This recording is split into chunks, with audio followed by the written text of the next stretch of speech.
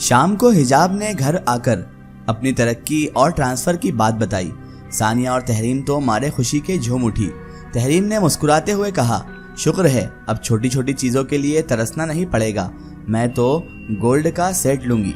सानिया ने कहा। सबाहत ने दुख से दोनों को देखा और कहा, तुम दोनों क्या पागल हो गई हो? ये ख्याल नहीं है कि वह हमसे कितना दूर चली जाएगी? कोई ज़रूरत नहीं है हमें ऐसे पैसों की। हिजाब ने माँ को गले लगाया और कहा, माँ हमें सानिया की शादी भी तो करनी है। लेकिन कोई लेकिन नहीं, बस आपकी दुआएं। इतना कहकर हिजाब ने उसकी बात काट दी। कुछ दिनों बाद अपने मुख्तसर से सामान के साथ वह हॉस्टल शिफ्ट हो गई। 3 महीने बहुत उदास गुजरे। नई जगह, नए लोग, सबकी बेहद याद आती थी। अक्सर रात को चुपके चुपके रो लेती, मगर जब पहली तारीख को तनख्वाह घर भिजवाती और सबकी खुशियों का जैसे रिश्ता ही टूट गया था। वह खामोशी से किसी मशीन की तरह अपने काम में लगी रहती। घर वालों से राब्ता बस मोबाइल पर था। घर वालों से दूर जाने के बाद वह महसूस करने लगी कि सिर्फ माँ ही थी जो उसका ख्याल रखती थी। रोजाना कॉल करती। तहरीम और सानिया बस कभी कभार राब्ता कर लेती।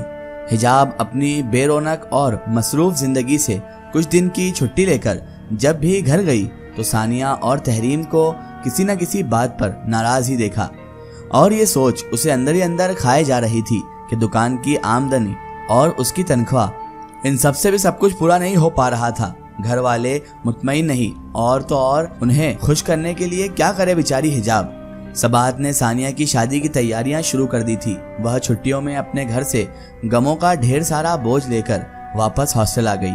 आज भी वह हस्बे मामूल तन्हा सोचों में गुम बैठी थी। रात के 10 बजे रहे थे। पूरे हॉस्टल में सन्नाटा छाया हुआ था।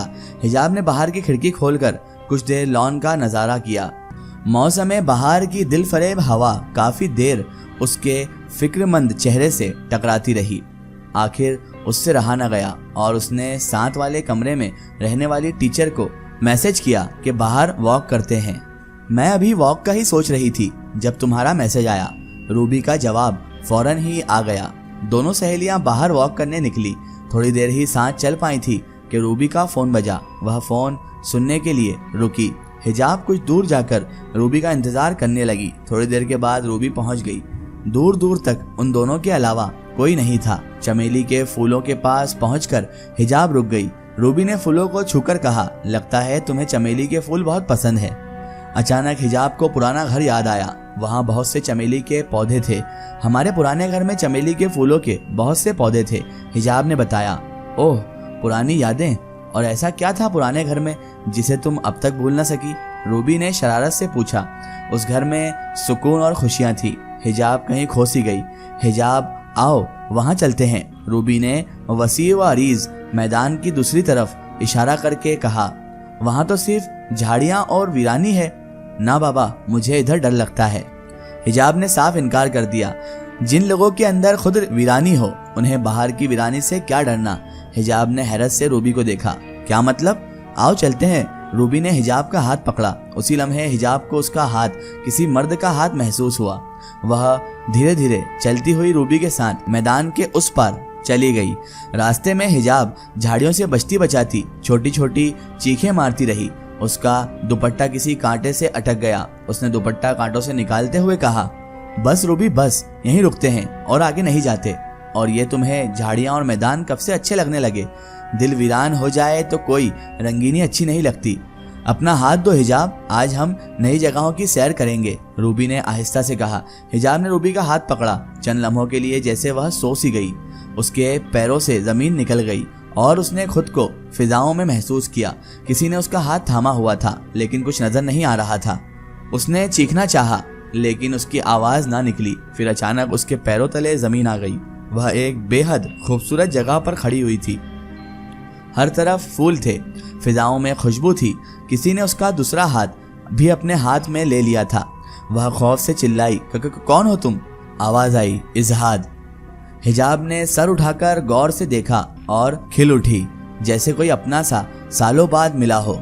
वो तो उसके सीने से लग गई और इजहाद हैरतज़दा खड़ा रह गया। फिर आहिस्ता से उसका चेहरा ऊपर उठाया। हिजाब, तुम्हें मुझसे डर नहीं लगता? तुम मुझसे नफरत नहीं करती? हिजाब की आंखों में नमी तैर आई। उसकी आंखों में आंसू आ गए, आंखें भर आई। शिकायत भरी नजरों से इजहाद की तरफ देखा और उसके सीने पर हाथ मारकर खफगी से पूछा, मुझे छोड़कर क्यों चले गए थे तुम? दोस्त भी तो कहते थे खुद को। ये कौन सा रिश्ता था कि भूल ही गए? वह रो दी। इजहाद उसके आंसू साफ करने लगा और कहा, मैंने तुम्हें कब छोड़ा? तुमने मुझे महसूस करना छोड़ दिया था हिजाब। मैं तो हमेशा तुम्हारे आसपास ही था। इजहाद ने उसका चेहरा उंगली से ऊपर किया, थोड़ा सा झुककर उसकी आंखों में झांका और शरारत से बोला, तुम तो मुझसे डरने लगी थी, फिर ये इतनी तड़प और अपनापन कैसे? हिजाब ने उसके दोनों हाथ पकड़कर सर झुकाया और बोली, पता नहीं इजहाद, बस तुम्हारे जाने के बाद ऐसा महसूस हुआ कि कुछ भी नहीं है मेरे पास, जैसे कोई बहुत अजीज गमगुसार दोस्त बिछड़ गया हो। तुम यकीन करो इजहाद, मैं पीर सुबहान को बुलाना नहीं चाहती थी, उसमें मेरी मर्जी शामिल नहीं थी। मैं इजहाद ने हिजाब के लबों पर हाथ रखा, मैं सब जानता हूँ, खुद को हल्कान मत करो। मेरी असलियत जाहिर होने पर तुम्हें तकलीफ से गुजरना पड़ा। ऐसा हो सकता है हिजाब कि कोई मुझे खत्म करने के लिए तुम्हें तकलीफ दे, सिर्फ तुम्हारे लिए मैं मोहताज हूँ और तुम्हारे लिए ही मोहताज हो गया। इजहाद ने उसके हाथ अपने हाथों में लिए। हिजाब, मैं हर वक्त तुम्हारे पास होता हूँ, तुम परेशान मत होना। मुझे ऐसा लगा तुम भी अचानक से बाबा की तरह चले गए हो। हिजाब ने आंसुओं को मुश्किल से रोका। इजहाद ने उसके सर पर हाथ रखकर उसे अपने करीब किया। हिजाब, तुम्हें जब भी मेरी ज़रूरत हो बस दिल में याद कर लेना, मेरा नाम ले लेना, आ जाऊंगा मैं तुम्हारे लिए। और देखो, तुमने आज पुराने घर को याद किया, मुझे याद किया ना तुमने, मैं आ गया। हिजाब, मुझे तुम्हारी आंखों में आंसू बिल्कुल अच्छे नहीं लगते और तुम्हें पता है रोते हुए तुम कितनी बुरी लगती हो। हिजाब ने आखिरी जुमले पर झटके से सर उठाकर इजहाद को गुस्से से घूरा तो वो हंस पड़ा। हिजाब भी मुस्कुरा दी। इजहाद ने कुछ देर के लिए आंखें बंद की और फिर खोली। हिजाब, तुम्हें अब जाना चाहिए, वह तुम्हारी सहेली तुम्हें ढूंढ रही है, चलो आओ तुम्हें छोड़ दूं वहां पर। नहीं, अभी नहीं, मुझे नहीं जाना। हिजाब ने बच्चों की तरह मुंह बनाया और वहीं पर घास पर बैठ गई। इजहाद मुस्कुराया और हाथ बढ़ाकर कहा, उठो हिजाब, चलो। नहीं, मैं नहीं जाऊंगी। हिजाब ने उसका हाथ यकसर नजरअंदाज कर दिया और मुंह फेरकर दूसरी तरफ देखने लगी। अच्छा, बस कुछ देर, उसके बाद जिद नहीं।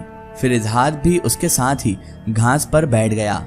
हिजाब, तरक्की मुबारक हो, तुम्हारी तरक्की खुशी में तुम्हारे लिए तोहफा भी लाया हूं मैं, अपना हाथ आगे करो।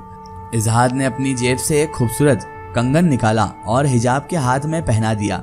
मेरी बहन ने कहा था कि मैं तुम्हें ये कंगन पहनाऊं और ये कंगन अब खूबसूरत लग रहा है। इजहाद ने मुस्कुराते हुए कहा, चलो बस अब उठो, तुम्हें तुम्हारे कमरे में छोड़ दूं। हिजाब ने नफी में सर हिलाया। इजहाद, अभी नहीं, प्लीज। इजहाद कुछ ना बोला, मगर कुछ ही देर बाद उस पर मदहोशी सी तारी हुई और फिर वह सो गई। रूबी की आवाज उसके कानों से टकराई तो उसने आंखें खोली। हिजाब ने हैरानी से रूबी को देखा और फिर इर्द गिर्द नजर दौड़ाई। मैदान की तरफ देखा और मैदान के उस पार वीराने को देखा। क्या पागल हो गई हो? मैं तुम्हें पूरे हॉस्टल में ढूंढ रही थी और तुम इधर सोई हुई हो। ये कौन सी जगह है सोने की? वह तो शुक्र है मैं इस तरफ आई। रूबी, तुम भी तो वॉक करते हुए मेरे साथ यहाँ तक आई थी। मैं कब आई? अच्छा चलो उठो, मैं तुम्हें तुम्हारे कमरे तक लेकर जाती हूँ। रूबी ने परेशानी से उसे देखा। रूबी हिजाब को उसके कमरे में लेकर आई और उसको चाय बनाकर दी। हिजाब का ध्यान बार बार इजहाद के साथ गुजरे हुए लम्हात की तरफ चला जाता। वह दोनों चाय पीने लगी। रूबी ने कुछ देर गपशप लगाने के बाद उससे पूछा, हिजाब, तुम इधर कैसे सो गई थी? मैंने तुम्हें बहुत ढूंढा, अम्मी की कॉल आ गई थी तो मैं रुक गई और तुम आगे चली गई। उसके बाद तुम मुझे कहीं नजर ही ना आई। हिजाब को फिर इजहाद का ख्याल आया। उसके चेहरे के तासुरात देखकर रूबी ने कहा, तुम सो गई थी? लगता है तुमने कोई ऐसा ख्वाब देखा है जिसे तुम सच समझ रही हो और उसी उलझन में हो। ख्वाब? हो सकता है मैंने ख्वाब देखा हो, हिजाब ने खोए से अंदाज में कहा। काश वह ख्वाब ना होता। उसकी आंखों में आंसू आए। हिजाब ने चाय के कप उठाकर रूबी से कहा, तुम अपने कमरे में जाकर आराम करो, मैंने तुम्हें बहुत तकलीफ दी। रूबी की नज़र हिजाब के बाजू पर पड़ी। हिजाब, इतना प्यारा कंगन, ये तुमने कब लिया? देखो जरा, ये मैंने पहले कभी तुम्हारे हाथ में तो नहीं देखा था। अब रूबी हिजाब का हाथ पकड़े कंगन देख रही थी। जबरदस्त यार, जबरदस्त, ये तो बहुत कीमती है। इसमें तो डायमंड भी लगा हुआ है यार। हिजाब, इतना कीमती जेवर हॉस्टल ना लाया करो, ये तो बेहद कीमती लग रहा है। हिजाब बौखला गई। हाँ, ये मैं इसी दफा घर से लाई हूँ, रोजाना तो नहीं पहनती हूँ, तुमने आज देखा होगा। रूबी ने कंगन को घुमाकर देखा। हिजाब इसमें 9 हीरे लगे हुए हैं। रूबी, मुझे तो बहुत नींद आने लगी है। रूबी अपने कमरे में चली गई तो हिजाब अपने बिस्तर पर लेट गई। उसने कलाई अपने चेहरे के नजदीक करते हुए कंगन को हाथ से छुआ तो वह ख्वाब नहीं था। उसने कहा, इजहार तुम आए थे। वह मुस्कुरा दी। दरवाजे पर दस्तक हुई तो वह चौंक गई। उसने दरवाजा खोला तो रूबी खड़ी थी। वह, मेरा मोबाइल यहाँ रह गया है। रूबी को मोबाइल देकर वह फिर बिस्तर पर लेट गई। लाइट बंद करके मध्यम सी लाइट में उसने कंगन को अपने हाथ से छुआ और अपने सीने पर रख लिया। इसका एक स्टोरी हम देखेंगे इसके अगले पार्ट में। दोस्तों, अगर आप भी अपनी जिंदगी की कोई सच्ची कहानी या सच्ची घटना हमारे चैनल से शेयर करवाना चाहते हैं और आप चाहते हैं कि आपकी स्टोरी भी माय स्टोरी बुक चैनल से शेयर हो, तो आप हमें हमारे फेसबुक पेज पर कांटेक्ट कर सकते हैं और अपनी स्टोरी वहां पर हमें बता सकते हैं।